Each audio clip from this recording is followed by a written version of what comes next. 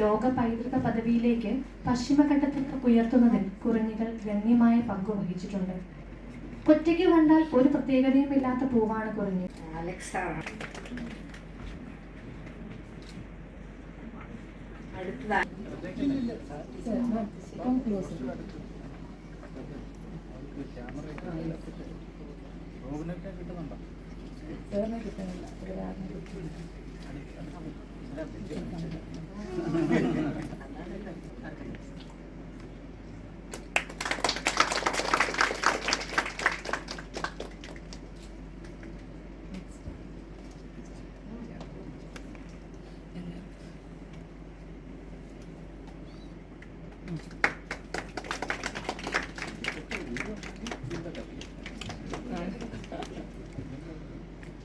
Man from that side.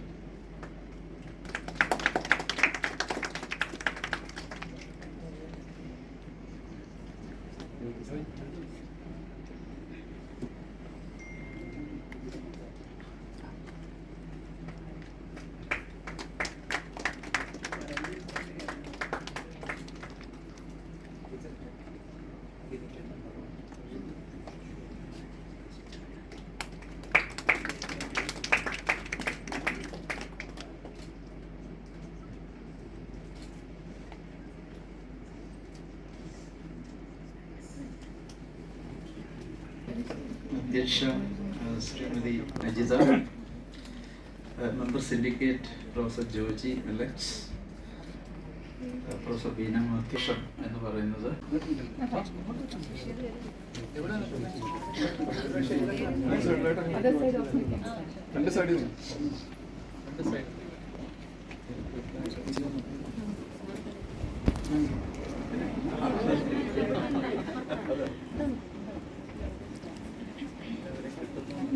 വൈഡായിട്ട് നോക്കി.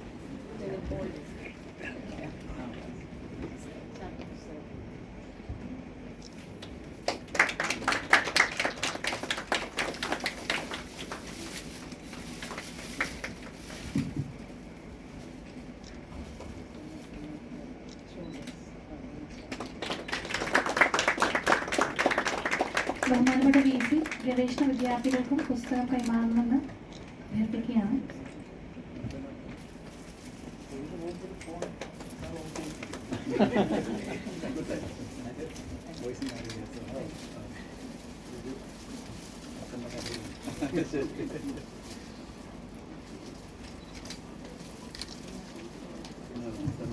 എല്ലാവരും ഒന്ന് തുറന്ന് പിടിക്കുവാണെങ്കിൽ നമുക്കൊരു ഫോട്ടോ എടുക്കാം.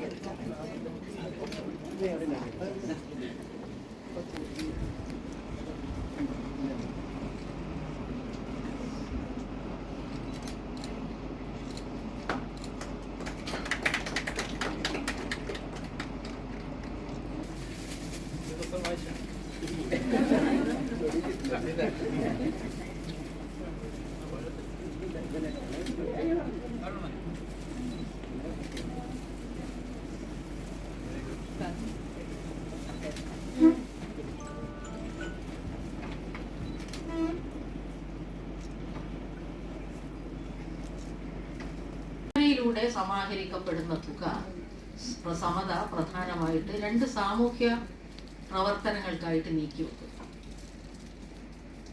ഈയിടെ ഒരു സാഹിത്യകാരി എഴുതി, നമ്മൾ സ്ത്രീകൾ, ഇന്നത്തെ സ്ത്രീകൾ ഇത്ര സുന്ദരികളായിരിക്കുന്നത് നമുക്ക് മുന്നേ നടന്നുപോയ അമ്മമാരുടെ ചോരയിലും കണ്ണീരിലും കുഴച്ചുണ്ടാക്കപ്പെട്ടവരാണ് നാം എന്നതിനാലാണ്.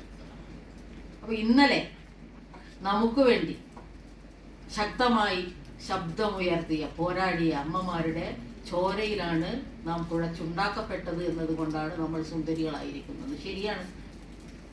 എത്ര പോരാട്ടങ്ങൾ അല്ലേ, വഴി നടക്കാൻ, മാറുമറക്കാൻ, വിദ്യാഭ്യാസത്തിന്, വിവിധ തൊഴിൽ മേഖലകളിൽ ജോലി ചെയ്യുന്നതിന്, തുല്യമായിട്ടുള്ള വേതനത്തിന്, അങ്ങനെ പരിശോധിച്ചു കഴിഞ്ഞാൽ അടുക്കളയിൽ നിന്ന് അരങ്ങത്തേക്കും അതുപോലെ അവിടെ സമത്വത്തിനു വേണ്ടിയുള്ള പോരാട്ടങ്ങളൊക്കെ നടത്തിയ സ്ത്രീകളെ വേണ്ട രീതിയിൽ ചരിത്രത്തിൽ അടയാളപ്പെടുത്തിയിട്ടില്ല. അപ്പോൾ അതാണ് ഊന്നൽ കൊടുക്കുന്നത്. അതുമായി ബന്ധപ്പെട്ട് ഒരുപാട് പുസ്തകങ്ങൾ സമത ചെയ്തു. ചോരയും കണ്ണീരും നനഞ്ഞ വഴികൾ, കെ ദേവയാനിയുടെ, അല്ലെങ്കിൽ വാങ്കാരി മാതാവിയുടെ ആത്മകഥ, അങ്ങനെയുള്ളതൊക്കെയുണ്ട്. അപ്പോൾ അത് ഞങ്ങളിപ്പോൾ ഉദ്ദേശിക്കുന്നത് പുസ്തകം വിറ്റ് കിട്ടുന്ന തുകയിൽ നിന്ന് ഒരു വിഹിതം ഞങ്ങൾ മാറ്റിവെക്കുന്നത് പഴയകാലത്തെ പോരാട്ടങ്ങൾക്കൊക്കെ നേതൃത്വം നൽകിയ അമ്മമാർ നമ്മുടെ സമൂഹത്തിലുണ്ട്. ആരോടൊപ്പമാണ് എന്ന് നമുക്കറിയില്ല. ദാരിദ്ര്യത്തിൻ്റെയും പ്രായത്തിൻ്റെയും അവശത അനുഭവിച്ച് ആരോരും അറിയാതെ കഴിഞ്ഞുകൂടുന്ന അമ്മമാരെ ഞങ്ങൾ കണ്ടെത്തി. തൃശ്ശൂരിലെ ഒരു വലിയ പോരാട്ടത്തിന് നേതൃത്വം നൽകി ഭീകരമായ പോലീസ് മർദ്ദനമൊക്കെ ഏറ്റു. പക്ഷേ ആ അമ്മയെ അന്വേഷിച്ചപ്പോൾ അവർ PWD പുറമ്പോക്കിൽ ചോർന്നൊലിക്കുന്ന ഒരു വീട്ടിൽ മകളോടൊപ്പം വെള്ളയപ്പം വിറ്റ് ജീവിക്കുകയാണ്. അപ്പോൾ സമരപഥങ്ങളിലെ പെൺപെരുമ എന്ന് പറഞ്ഞ സമത അത്തരത്തിൽ നവോത്ഥാന കാലത്ത് സമൂഹത്തിന് വേണ്ടി സഞ്ചരിച്ച 22 പേരുടെ ഒരു ജീവചരിത്രം തയ്യാറാക്കിയ കൂട്ടത്തിൽ ആ അമ്മയെക്കുറിച്ച് എഴുതിയിട്ടുണ്ട്. നിത്യാനം എന്നാണ് പേര്. അപ്പോൾ ഞങ്ങൾ ചെന്ന് നോക്കിയപ്പോൾ സങ്കടം തോന്നി. ചോർന്നൊലിക്കുന്ന വീട്ടിൽ ആ അമ്മ കിടന്നുറങ്ങുകയാണ്. ഞങ്ങളത് മേൽക്കൂരയൊക്കെ വൃത്തിയാക്കി കൊടുത്തു. മേൽക്കൂരയൊക്കെ ഓടൊക്കെ വെച്ച് മാറ്റി കൊടുത്തു. അതുപോലെ തന്നെ മോളെ കിടന്നു പോയാൽ എനിക്ക് പുറത്ത് ബാത്റൂമിൽ പോകാൻ കഴിയില്ല എന്ന് പറഞ്ഞപ്പോൾ ഞങ്ങൾ അറ്റാച്ച്ഡ് ഒരു ബാത്റൂം ഉണ്ടാക്കി കൊടുത്തു. അതോടൊപ്പം തന്നെ 2010 സമത നിലവിൽ വരുന്നത്. 2011 മുതൽ എല്ലാ മാസവും അവർക്ക് പ്രതിമാസം 1000 രൂപ പെൻഷൻ കൊടുത്തു. ആ അമ്മ 2019 വിട പറഞ്ഞു. അത് പുസ്തക വിൽപ്പനയിലൂടെ സമാഹരിക്കപ്പെടുന്ന തുകയിൽ നിന്നാണ് കൊടുത്തത്. അതുപോലെ തന്നെ കാവുങ്കര ഭാർഗവി നമ്മൾ ആരും കേട്ടിട്ടില്ല. VT ഭട്ടതിരിപ്പാടിന്റെ അടുക്കളയിൽ നിന്ന് അരങ്ങത്തേക്ക് എന്ന നാട്, അടുക്കളയിൽ നിന്ന് അരങ്ങത്തേക്ക് അദ്ദേഹം എഴുതുന്നത്. എന്നിട്ട് അത് ഈ മനകളിലെ മുനകളിൽ പോയിട്ട് മുറ്റത്ത് അത് നാടകം അഭിനയിക്കുമ്പോൾ ഈ അകത്ത് സ്ത്രീകൾ ഒളിഞ്ഞു നോക്കിയിട്ട് ആ നാടകം കണ്ടിട്ട് അവരുടെ മനസ്സിൽ ആ നാടകമുണ്ട്. 47 അന്തർജന സമാജം നിലവിൽ വന്നു. പാലക്കാട് അന്തർജനങ്ങൾക്ക് തൊഴിൽ പരിശീലനം കൊടുക്കുന്നതിന് വേണ്ടി ഒരു നമ്പൂതിരി വിട്ടുകൊടുത്തു. അവിടെ തൊഴിൽ പരിശീലിച്ച സ്ത്രീകൾ അവരുടെ ഉൽപ്പന്നങ്ങൾ വിറ്റഴിക്കുന്നതിന് വേണ്ടി പുറത്തേക്ക് ഇറങ്ങിയപ്പോൾ അവരെ വേശ്യകളെന്ന് മുദ്രകുത്തി. കാരണം അന്തർജനങ്ങളാണ്, പുറത്തിറങ്ങാൻ പാടില്ല. അപ്പോൾ അവർ പറഞ്ഞു, അന്തസ്സായിട്ട് തൊഴിൽ പരിശീലനം നടത്തി ഉൽപ്പന്നങ്ങൾ വിൽക്കുന്നതിന് വേണ്ടി നമ്മൾ പുറത്തിറങ്ങിയപ്പോൾ നമ്മെ വേശ്യകളെന്ന് വിളിച്ചു. അതിന് നമ്മൾ മറുപടി പറയണം. എങ്ങനെ മറുപടി പറയും? നമുക്കൊരു നാടകം കളിക്കാം. കാരണം അവർ നാടകം കണ്ടിട്ടുണ്ട്. ആരെഴുതും നാടകം? ആരുമല്ല, നമ്മളെഴുതും. നമ്മുടെ ജീവിത പ്രശ്നം എഴുതും. അങ്ങനെ അവരത് എഴുതി. അതിൽ ആൺവേഷമുണ്ട്. ആരഭിനയിക്കും? നമ്മൾ അഭിനയിക്കും. ആൺവേഷം വെച്ച്. ഇതാര് സംവിധാനം ചെയ്യും? നമ്മൾ സംവിധാനം ചെയ്യും. അങ്ങനെ അവർ തന്നെ അവരുടെ പ്രമേയം, ജീവിതം പ്രമേയങ്ങളെ അടിസ്ഥാനമാക്കിയ ഒരു സ്ത്രീ ആൺവേഷം അവർ തന്നെ കെട്ടുക, എന്നിട്ട് അതിന്റെ സംവിധാനവും നിർവഹിച്ച് എഴുതിയ നാടകമാണ് തൊഴിൽ കേന്ദ്രത്തിലേക്ക്. ആരും നമ്മൾ കേട്ടിട്ടില്ല അല്ലേ? അടുക്കളയിൽ നിന്ന് അരങ്ങത്തേക്കിന് ശേഷം നമുക്കറിയില്ല തൊഴിൽ കേന്ദ്രത്തിലേക്ക് എന്നതാണ്.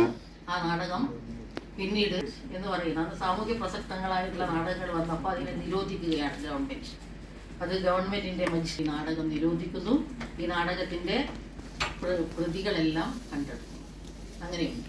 അപ്പോൾ ആ നാടകത്തെക്കുറിച്ച് പിന്നീട് പഠനം നടത്തി ഞാൻ തന്നെയാണ് തൊഴിൽ കേന്ദ്രത്തിലേക്ക് ചരിത്രരേഖ നാടകം പഠനം എന്നൊരു പുസ്തകം തയ്യാറാക്കിയത്. അതിൽ അഭിനയിച്ച കാവുങ്കര ഭാർഗവി എന്ന് പറയുന്ന അമ്മ ജീവിച്ചിരിപ്പുണ്ട്. ഞങ്ങൾ ഓർത്തത് ആ അമ്മക്കാണ് പ്രഖ്യാപിച്ചത്. അത് കെനിയയിലെ ഒന്നും പറയുന്നില്ല.